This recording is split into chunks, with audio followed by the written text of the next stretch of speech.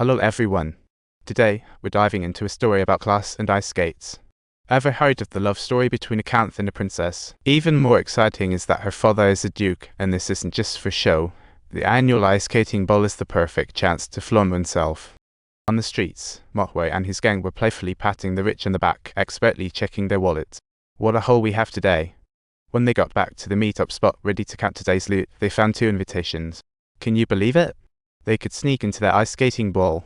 All they need to do is slide in, and future riches are just around the corner. For tonight's ball, Motway did his hair and donned some fresh threads, blending in like a dazzling performance by the count is about to kick off.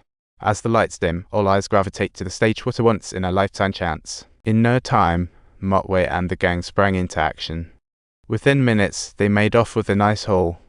The count suddenly approached Alyssa with an invitation to dance she couldn't refuse. Not long after the dance began, the count tightly wrapped his arms around Alyssa, leaving her completely flabbergasted by the sudden confession. Having barely exchanged words, this surprise confession left her speechless just as they were figuring it out. Disaster struck. Upon realizing that many noble items had mysteriously gone missing, the count dashed off to deal with it, leaving Alyssa to continue her skating practice. At that moment, Alyssa spotted Motway and immediately recognized him. To save face, he quickly apologized for barging in on her that night. Alyssa thought better of further confrontation and turned to leave, but was, surprise surprise, blocked by Motway again. Oh boy! She realized he had more charm than many nobles. Could this be the fake husband she was looking for? Suddenly, someone nearby shouted about losing something.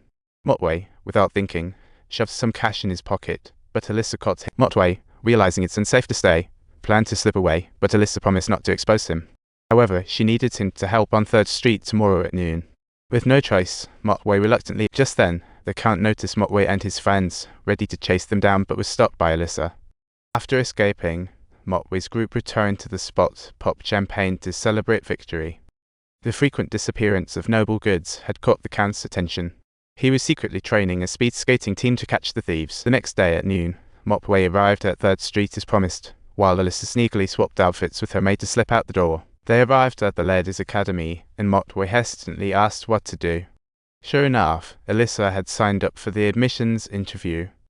Facing numerous examiners, Alyssa appeared serene and skillfully tackled the exam questions.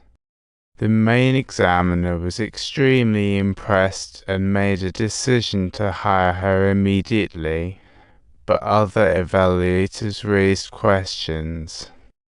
Here's the catch: this is why Alyssa needs a fake husband. Women need a father's or husband's consent to enroll. If she got accepted, she planned to run away. She certainly didn't want to spend her life just being a traditional wife. Just when Alyssa believed the plan was on the verge of success, she hadn't realized that Motway was an extremely straightforward person, not skilled at deceiving others, resulting in the plan going awry. Frustrated, Alyssa stormed out of the classroom, yanking off her earrings and handing them to Motway as today's paycheck. But Motway wasn't doing this for money. He tried to give the earrings back, but that stung his heart. Turns out, that meant he was just a selfish thief to her, something he couldn't stand.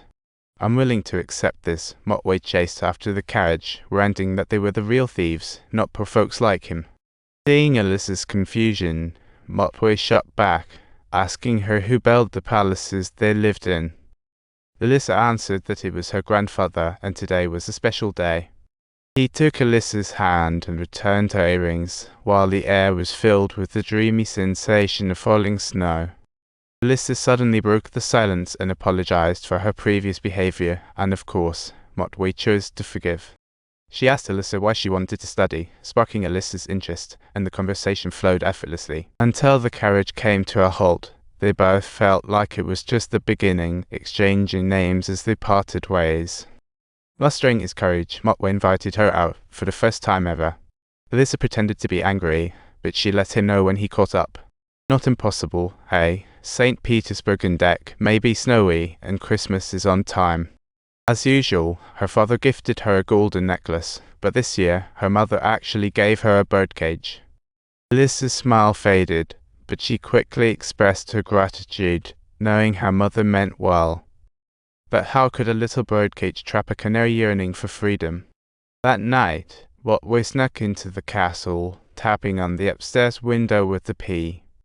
Hearing the noise, Alyssa rushed out and saw Otway, her lips unable to suppress a smile. Little did Alyssa know she was about to receive the best Christmas gift ever. He helped Alyssa into her skates, taking her right hand as they slowly glided along the Never River. She nearly fell several times, but they held on to each other, laughing as they twirled and leaped on the ice. In fits of laughter, they danced on the ice, the skates moving lightly beneath them. December in St. Petersburg was still a flurry of snow, but tonight felt exceptionally warm.